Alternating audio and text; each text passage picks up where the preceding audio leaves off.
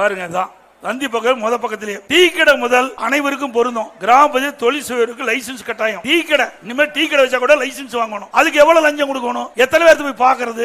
பத்திரிகையில் வந்துருக்கு பாருங்க. நாங்க சொன்னா பொய்யும்பாங்க. வேணுமெனே அதுக்கு ஒரு மந்திரி இருக்காங்க, சில மந்திரிக எடப்பாடி பழனிசாமி வேணுமெனே பொய்யா பேசுறாருப்பாங்க.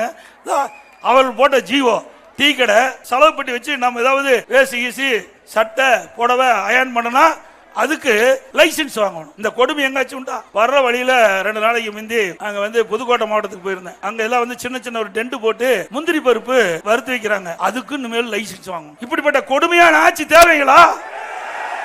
ஏங்க ஏழை மக்கள் எப்படி பிழைக்கிறது பாருங்க. இதுல என்னென்ன கொடுத்திருக்கானு. தையல் கடை இருக்குது பாத்தீங்களா? நம்முடைய சகோதரியே தையல் கடை வச்சிருப்பாங்க, தையல் மிஷின். அதுக்கும் இனிமே லைசன்ஸ் வாங்கி ஆகணும். பெட்டி கடை, சின்ன சின்ன பெட்டி கடை ரோட்டோரம் வச்சிருப்பாங்க கிராமத்துல பாத்தீங்கன்னா, பெட்டி கடை அதுக்கு லைசன்ஸ் வாங்கணும். அவன் கடையே மொத்தம் ஒரு 3000-4000 தான் போரும் ஜாமானம்.